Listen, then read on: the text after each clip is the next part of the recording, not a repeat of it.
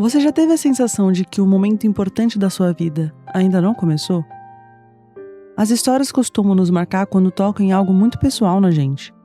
Quando vemos personagens tentando seguir seus sonhos, a gente se identifica, a gente torce, a gente se emociona. Mas e quando aquilo que o personagem quer não é exatamente o que ele precisa? Em Soul, Joe Gardner acredita saber exatamente qual é o propósito da sua vida.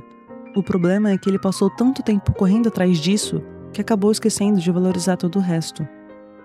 À primeira vista, Soul parece só questionar essa ideia de que todo mundo precisa nascer com um grande propósito. Mas para mim, o filme vai além disso. Porque ele não fala só sobre isso.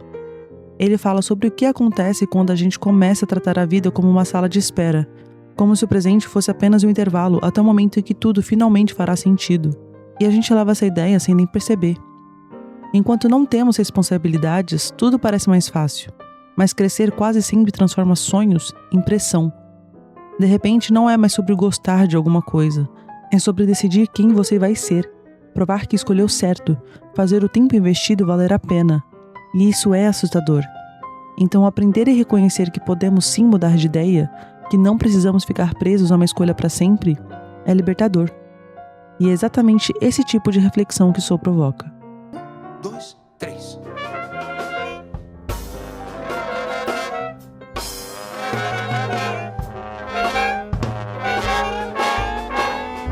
Joe é um professor de música do ensino fundamental que vive em Nova York e sonha em se tornar um grande pianista de jazz. Mas sua vida parece estagnada. Ele ensina crianças que muitas vezes nem se interessam pela aula. Vive pressionado pela mãe para aceitar um emprego estável e passa a sensação de alguém que está apenas esperando algo acontecer. Talvez você conheça alguém assim, um adulto que ainda está tentando fazer um sonho dar certo, sem uma carreira consolidada, apenas insistindo naquilo que acredita. E a mãe do Joe se preocupa de forma legítima. Ela não quer que o Joe abandone a música, mas sabe que a vida real nem sempre espera nossos sonhos se resolverem. Existem contas para pagar, responsabilidades que chegam, e nem sempre dá para apostar tudo em algo tão incerto. Até porque até agora, Joe parece estar seguindo o mesmo caminho do pai, que também tentou viver da música e acabou enfrentando muitas dificuldades. Mas parece que finalmente a sorte começa a sorrir para Joe, até porque surge a oportunidade que ele sempre quis. Eu juro que eu morreria feliz se eu fosse para um palco com a Dorothea Williams. Olha, pode ser o seu dia de sorte.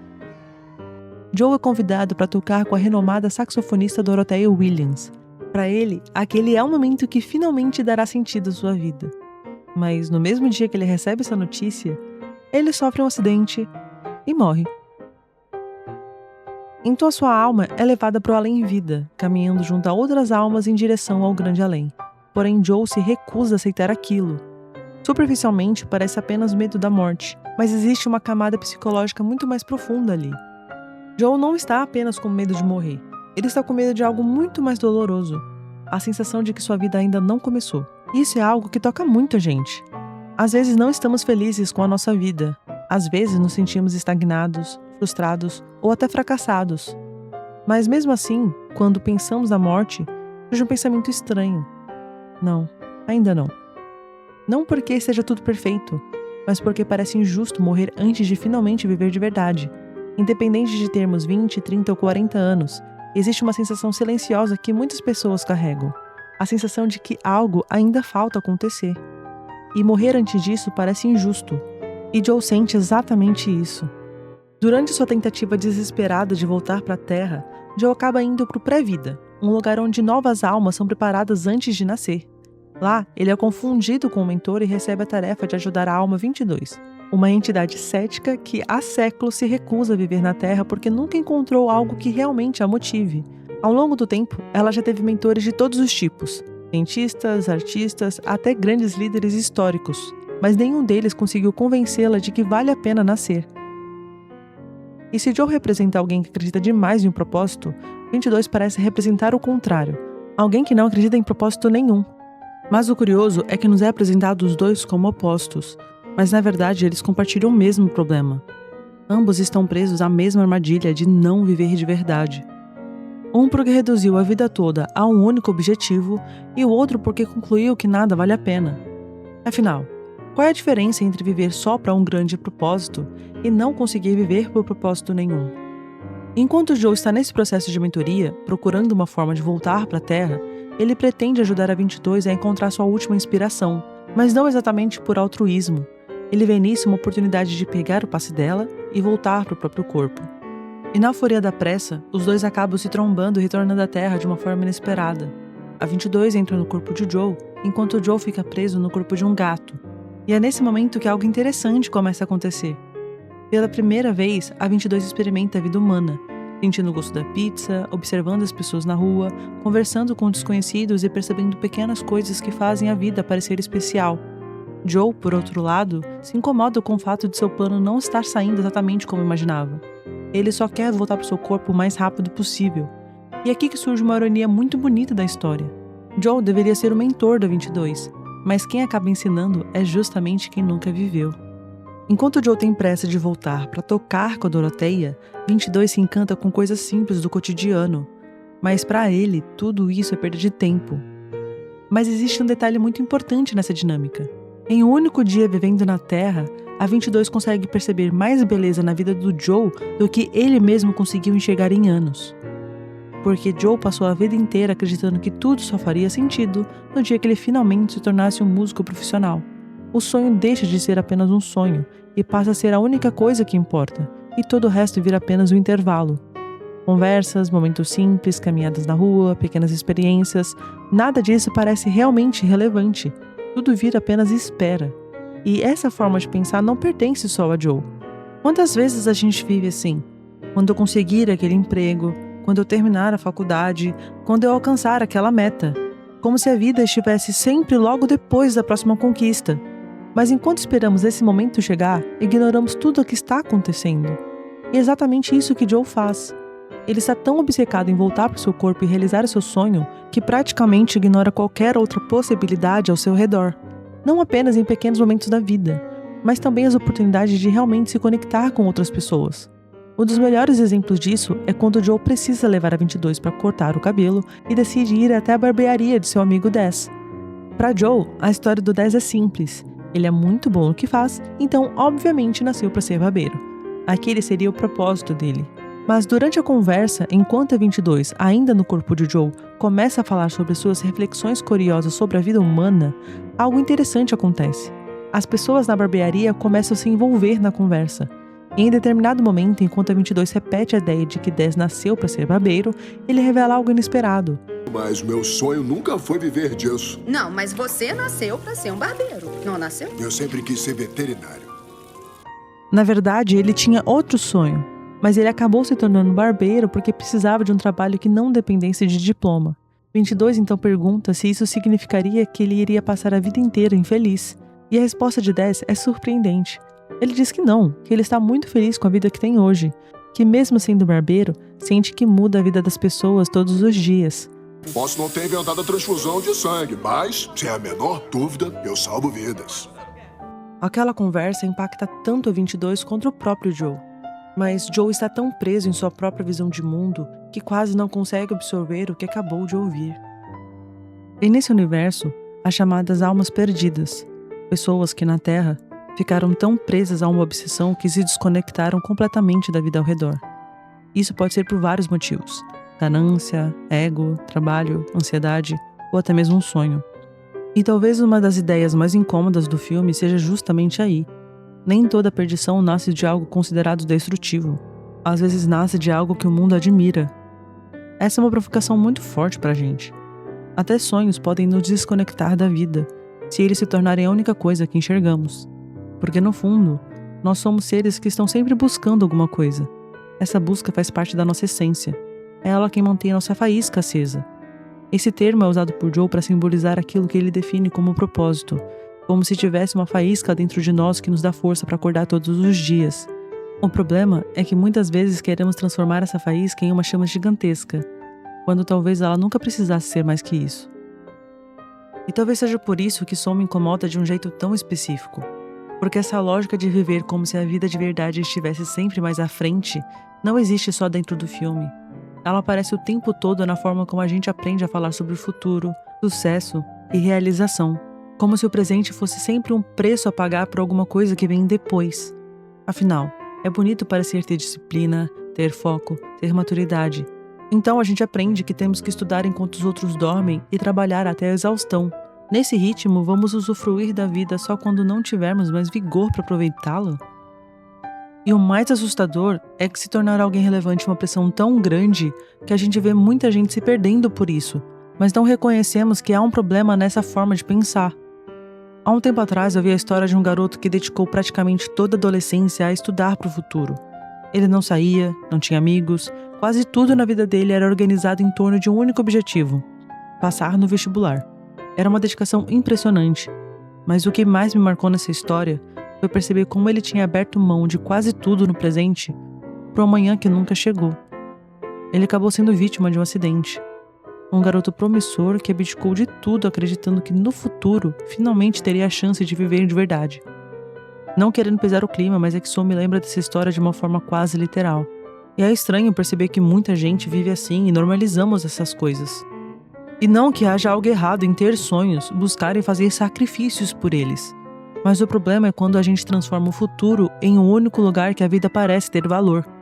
E quando isso acontece, a gente começa a enxergar cada vez menos ao mundo ao redor. E de novo, não há nada errado em se preocupar consigo mesmo, ter foco, se valorizar e correr atrás do que queremos.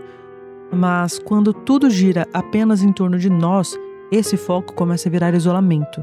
E esse isolamento, aos poucos, se transforma em egoísmo. E esse é um traço muito forte em Joe. A gente torce por ele, quer que ele realize o sonho de tocar jazz, que finalmente encontre o que ele acredita estar procurando. Mas ao longo do filme, Joe mostra esses traços que chegam a ser desconcertantes. Ele está tão focado em si que ignora todo o resto. E aqui tem uma diferença grande entre foco e egoísmo. Desde o início, o plano dele era roubar o passe da 22. Ele não pensa no fato de que ali é uma alma que nunca teve a chance de viver. Para ele, aquilo é apenas um meio de voltar para a Terra. E essa mesma lógica aparece na forma como ele interpreta a vida das outras pessoas. Quando fala do Des, por exemplo, ele afirma com toda certeza que ele nasceu para ser barbeiro. Se sua mãe virou costureira, então esse deve ser o propósito dela. Para Joe, as coisas precisam sempre se encaixar nessa ideia de destino. E isso faz com que ele ignore muita coisa. A aluna que queria desistir da música, o sonho do músico que também queria tocar com a Doroteia, ou até mesmo a própria experiência da 22 vivendo pela primeira vez. Quando ela consegue o passe, aquilo deveria ser uma vitória, mas Joe não consegue ficar feliz por ela. E Joe demora para perceber seu erro, e que invalidou os sentimentos genuínos da 22. Porque para ele, tudo o que ela está sentindo, seja sentir o gosto das coisas, gostar de música e começar a ter uma afeição pela vida, tudo aquilo só estava sendo possível porque ela estava sentindo através do corpo dele. Para ele, ela não teria aquele sentimento se não fosse ele. Isso gera um dos momentos mais pesados do filme para mim. Quando Joe reforça a ideia de que ela não está pronta para viver porque não tem nada grandioso, nenhum talento excepcional, nenhuma missão especial, ele acaba ferindo a 22 exatamente no ponto mais frágil dela, porque no fundo, toda essa resistência em viver nunca foi falta de interesse pela vida, sempre foi medo. Medo de escolher errado, medo de tentar e fracassar. Durante todo esse tempo, a 22 não estava recusando a vida, ela estava se protegendo da possibilidade de não ser boa o suficiente para vivê-la. E naquele instante, todas as vozes que ela ouviu ao longo da sua existência parecem voltar de uma vez. Como se tudo aquilo que ela sempre temeu sobre si mesma finalmente tivesse sido confirmado. O que torna essa cena tão dolorosa para mim é que ela não parece exagerada. Ela só é uma forma visual do que acontece no interior das pessoas. Muitas vezes diminuímos sentimentos, experiências ou vontade dos outros sem perceber o impacto disso. Para quem fala, pode parecer apenas um comentário, mas para quem escuta, pode ser a última gota que faltava. E é justamente isso que acontece. E acontece porque Joe passa boa parte do tempo acreditando que algumas formas de viver são mais válidas do que outras. Não de forma objetiva, mas para ele só se vive se você tiver uma ambição, um porquê ou um motivo. E quando alguém parece não ter nada disso, ele assume que essa pessoa é infeliz e incompleta, simplesmente porque ainda não encontrou seu propósito. Mas em muitos momentos da vida real, nós fazemos exatamente a mesma coisa. A gente olha para a vida dos outros e começa a medir sonhos como se existisse uma escala invisível de importância. Alguns sonhos parecem grandes, ter sucesso, construir uma carreira ou mudar o mundo. Outros parecem pequenos, viver uma vida simples, trabalhar em algo comum, aproveitar momentos com pessoas que amamos. E é aqui que o filme aperta de verdade, porque ele te obriga a encarar uma pergunta difícil. O que define uma felicidade mais legítima que a outra? E eu acho que a parte mais desconfortável disso é que a gente não faz isso só com o sonho dos outros. Muitas vezes fazemos com os nossos também. A gente aprende que precisa querer mais, precisa ser ambicioso, precisa conquistar algo extraordinário. E quando aquilo que realmente nos faz feliz parece simples demais, começamos a sentir que estamos vivendo errado. Como se desejar uma vida tranquila fosse falta de ambição. Como se não querer algo grandioso significasse fracasso. Mas talvez a faísca de cada pessoa não precise ser algo tão grande. Para algumas pessoas, pode ser comprar o último jogo que saiu, ajudar pessoas no trabalho, ou talvez se expressar através de sua arte. Juntar uma graninha no final do mês, encontrar os amigos e terminar a noite comendo uma pizza. E nada disso é pequeno. A gente vive dizendo que se não fizermos por nós, seremos apenas figurantes da vida de outras pessoas. Mas a real é que se tornar protagonista da própria história não tem nada a ver com realizar algo grandioso, mas apenas reconhecer aquilo que faz a vida valer a pena para você. E em meio de tudo isso eu te pergunto, você sabe o que te faz querer viver? Depois que Joe finalmente toca com a Dorothea Williams, ele percebe algo estranho. Nada mudou. Ele ainda se sente vazio. E é nesse momento que a Dorothea conta uma pequena história. Tem uma história sobre um peixe. Esse peixe foi até um ancião e disse: "Tô procurando um negócio, um tal oceano." "O oceano?" o ancião falou. "Você está no oceano." "Isso", disse o peixinho. "Isso aqui é água. O que eu quero é o oceano." Essa parábola resume perfeitamente o conflito de Joe. Ele passou a vida inteira correndo atrás de algo que acreditava ser o momento em que sua vida finalmente começaria, mas a vida já estava acontecendo o tempo todo. E depois da apresentação, Joe volta para casa. Ele tira do bolso os objetos que a 22 guardou durante o dia. Uma folha, um carretel de linha, um pirulito e um pedaço de pizza. Pequenos detalhes aparentemente banais. Então ele coloca tudo sobre o piano e começa a tocar. E então algo muito interessante acontece. As memórias que aparecem não são apenas lembranças da vida de Joe. São experiências que ele nunca valorizou antes. Sentir o vento da rua, observar a luz do sol, seu momento com o pai e outros momentos simples do cotidiano. Quem viveu essas experiências com atenção foi a 22. Então aquela sequência não é apenas Joe lembrando da própria vida. É Joe reaprendendo a enxergar a sua vida através do olhar de outra pessoa. É como se ele estivesse vendo tudo aquilo pela primeira vez. Assim como a 22 fez o Joe perceber a beleza naqueles pequenos momentos que costumam passar despercebidos, a obra está tentando fazer o mesmo com a gente, emprestar a sua ótica para enxergarmos a nossa vida com outro olhar. E no final, Joe descobre que o que te faz querer viver não é uma missão, é só puramente a vida. Aí, eu só não sei ainda qual era o propósito dela. Peraí, como? Aquilo, a missão, o propósito. Não tem que ter propósitos. De onde tirou essa ideia? Porque eu tenho o piano, eu sei que eu nasci pra isso. Essa é a minha missão. A missão não tem nada a ver com propósito. Eu mereço, viu? Não é... Os mentores explicam que a faísca nunca foi um propósito específico, nunca foi uma carreira, nunca foi um talento. A faísca é apenas aquilo que faz alguém querer viver. E essa pequena revelação muda completamente tudo o que Joe acreditava até então. Porque durante toda a história, ele tratou a vida como se fosse uma preparação para algo maior, como se todos os dias fosse apenas um caminho até o momento em que finalmente encontraria sentido. Só que toda essa experiência faz então Joe finalmente entender aquilo que ele passou o tempo inteiro sem perceber. Pela primeira vez, ele decide voltar, não para recuperar algo para si, mas para devolver o passe para 22. Agora ele não está tentando ganhar nada, ele só quer que ela tenha sua chance. Joe encontra 22 naquele estado de alma perdida, presa naquele deserto de vozes negativas. Você é uma fraude, só toma decisões erradas, você é ridícula, não vai se dar bem na Terra. É por isso que você estraga E é ali que ele consegue finalmente dizer algo que ele nunca tinha admitido antes. Ele estava errado. Aos poucos, 22 se liberta daquele caos e volta ao normal. Os mentores se surpreendem ao ver que Joe conseguiu liberar o passe dela, algo que muitos outros não conseguiram, e é justamente nesse momento que algo inesperado acontece. Joe recebe uma segunda oportunidade de voltar para a Terra, mas dessa vez a situação é completamente diferente. Antes, ele queria voltar porque acreditava que precisava cumprir o seu destino. Agora, ele só quer viver. E existe algo muito bonito nisso. Joe aprende que existem vários outros valores, e um deles está em compartilhar inspirações. A história dele começa quando alguém o inspira a amar a música, e termina quando ele aprende a inspirar as outras pessoas também. O filme não mostra Joe se tornando um músico famoso, não mostra ele conquistando algo extraordinário. Ele apenas vai aproveitar essa nova oportunidade dando valor a tudo o que a vida propõe.